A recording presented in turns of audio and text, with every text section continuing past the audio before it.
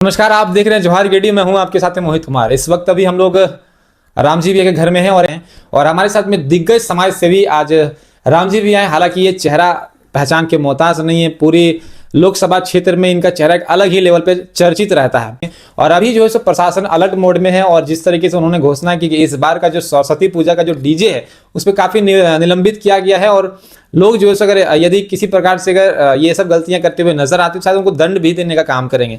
विस्तार से जानने के लिए हमारे साथ में राम जी भी हैं। सबसे पहले बहुत बहुत स्वागत है हमारे चैनल पर। आपके चैनल को भी बहुत बहुत आभार कि हमारा ये बात रखने के लिए आज आप। जी बिल्कुल। प्रथम सवाल मेरा ये रहा कि आप गिरिडीह के लोकसभा के गिरिडीह प्रखंड को विकास के किस नजरिए से आप देख रहे हैं, विकास की जो अहम भूमिका है? जैसे हम सदर विधानसभा क्षेत्र से गिरिडीह से हैं तो विकास के मामले में हम देखते हैं तो पूर्ववर्ती जितने भी विधायक यहाँ के रहे उन सभी विधायकों में से बेहतर काम करने वाले विधायक कभी आए हैं। तो ये विकास तो एक सतत प्रक्रिया है। हमें लगता है कि आने वाले कुछ दिनों में बेहतर दिखेगा। पहले कुछ नहीं था तो आज कुछ हो सकता है। अभी अपनी हाल ही में एक आपने देखा होगा कि एसडीएम जो हमारे थे वो एक किसी व्यक्ति वहां पे शायद टॉयलेट वगैरह कर रहे थे, उन्हीं के बीच में मतलब ऐसा उनके साथ मिसबिहेव करना, इसको किस नजरिए से देख रहे हैं? बच्चों के सामने मूत रहा है।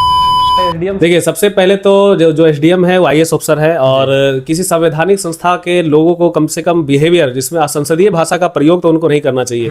जिस प्रकार का संसदीय भाषा का वो प्रयोग कर रहे थे वो कहीं से भी ये जायज नहीं है कि एक एसडीएम लेवल का अधिकारी इस भाषा का प्रयोग करे। और किस चीज के लिए प्रयोग कर रहे थे, ये उनका गाली गलौज का शब्द के पहले का आप देख लीजिएगा वीडियो में। ये बड़ा ही दुखद हमें लगा। सबसे पहले आधारभूत संरचना गिरिडीह का इस प्रकार का बना हुआ है जहां आपको ना पार्किंग का सुविधा, ना टॉयलेट का सुविधा, ना किसी तरह का विशेष जिसको कहा जाता है मूलभूत सुविधाओं को बहाल करना, इस प्रकार का कोई सुविधा जब मौजूद नहीं है फिर आप लोगों को ऐसे कहते हैं।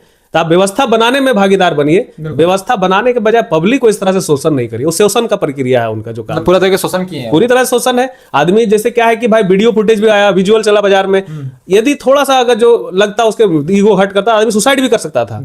और उस पर गैर इरादतन हत्या का मुकदमा दर्ज करना चाहिए था एसडीएम पर, जिस प्रकार का वो कर रहा है। एकदम अगर जो आदमी सुसाइड कर लेता या तो किसी प्रकार का अगर जो एक्शन लेता अपने आप में, बेइज्जत किए ना आप, सरेआम बेइज्जत करने का अधिकार है।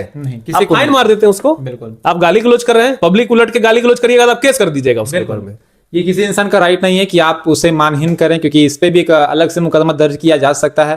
अब बात कर लेते हैं कि अभी आप देखिए भैया कि सारे लोग अखबार में भी या फिर बहुत सारे लोग जुबान से भी आपने सुना कि इस बार का जो सरस्वती पूजा इसमें डीजे को पूरी तरीके से निलंबित किया गया है। देखिए, सरकार क्या है ना कि अपना व्यवस्था बनाने के लिए जो भी है नॉर्म्स है उसको तो पालन करना है। यदि संवैधानिक चीजों पर हम बात करेंगे तो संविधान से बढ़कर तो कुछ है नहीं। बिल्कुल। लेकिन इसके साथ में जो प्रशासनिक अधिकारी है यहाँ पे वो बहुत सारे मामलों को ना जो हवा देते हैं, कुछ और रहता है कुछ और। हमारे पास भी पीआईएल का है यहाँ पे वार्ड संख्या जो उनका है, उसमें कहा गया है कि आपको डीजे का प्रयोग मतलब डेसिबल क्षमता के साथ में उसे बताया गया कि इतना डेसिबल के बाद आपको साउंड नहीं बजाना है। अब यहाँ पे क्या है कि वो सीधे बोल देते डीजे में बजना था। आप परिभाषा बताइएगा ना। बिल्कुल। हम राम जी हैं, आप अलग नाम के हैं, अलग नाम के, आप एक नाम का आदमी को 10 को कैसे कर दीजिएगा। वहां यही हो रहा है कि काला बॉक्स देखता है, बोल देता है डीजे ये नहीं बजेगा। तो अगर जो काला बॉक्स देख करके आप डीजे बंद करा रहे हैं तो ये व्यवस्था आपको तमाम उन चीजों पे लगाना चाहिए था जिसका प्रयोग हर जगह पे किया जाता है। चुनाव भी आने वाला है, चुनाव का बात हो या तो बहुत बड़ी जो सभाएं होती है, चाहे कि प्रधानमंत्री, मंत्री, मुख्यमंत्री, तमाम लोगों का जो बड़े बड़े सभाएं होते हैं, उस चीज में आप परमिशन जो आधार पे आप देते हैं, आप तमाम पूजा त्योहारों में उसी आधार पे दीजिए। एक आंख में सुरमा एक आंख में काजल का कहानी जो प्रशासन का, ये सबसे निंदनीय है।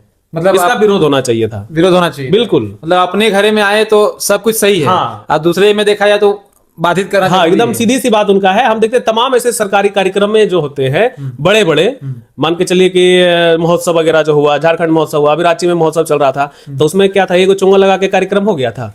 वहां व्यवस्था बनाने के लिए तो बहुत सारे सैकड़ों बॉक्स लगाए गए थे। आपके पास ना डेसिबल मीटर है, आप बॉक्स देखने के बाद बाजा बजे न बजे आप गाड़ी रास्ते से पकड़ लेता है। अरे वसूली का परंपरा बना दिया बहुत सारा। तो हम देखते हैं रास्ता में पुलिस वाला खड़ा होके डीजे का गाड़ी देखता है, पैसा वसूल करता है। आपने एक और खबर डाला हुआ था जिसमें से खंडोली में भी वसूली किया गया था अवैध तरीके से पार्किंग को लेकर के। हाँ, प्रशासन का नींद वहां नहीं खुलेगा। अब देखिए उसमें अब रेवेन्यू लॉस का सबसे बड़ा मामला था।